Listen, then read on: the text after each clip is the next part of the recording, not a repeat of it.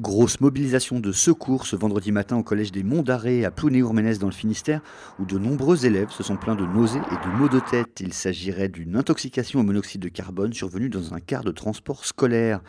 Plusieurs élèves ont été placés sous oxygène et 35 ont été évacués pour examen vers les hôpitaux de Brest et de Landerneau. Aucune urgence vitale n'est toutefois recensée. Veille de mobilisation ce vendredi en Bretagne. Une quarantaine de blocages de gilets jaunes sont prévus dans les principales villes, même si, faute d'organisateurs identifiés, il est difficile de se faire une idée précise de l'ampleur du mouvement.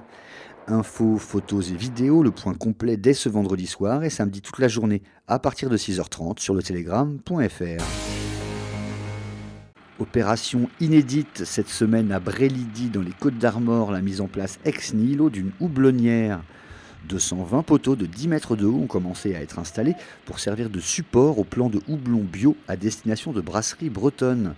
Un investissement de près de 600 000 euros et aussi une belle démonstration de l'incroyable solidarité paysanne entre la famille, les amis et les voisins. Ce sont 40 personnes et 14 tracteurs qui se sont mobilisés pour l'occasion. C'est une première. 2 navettes électriques autonomes sont entrées en service cette semaine à Rennes sur le campus de Beaulieu.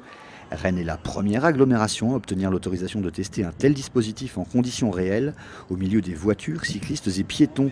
L'expérimentation doit durer jusqu'en juin, le temps sans doute d'améliorer la conduite encore un peu heurtée du véhicule.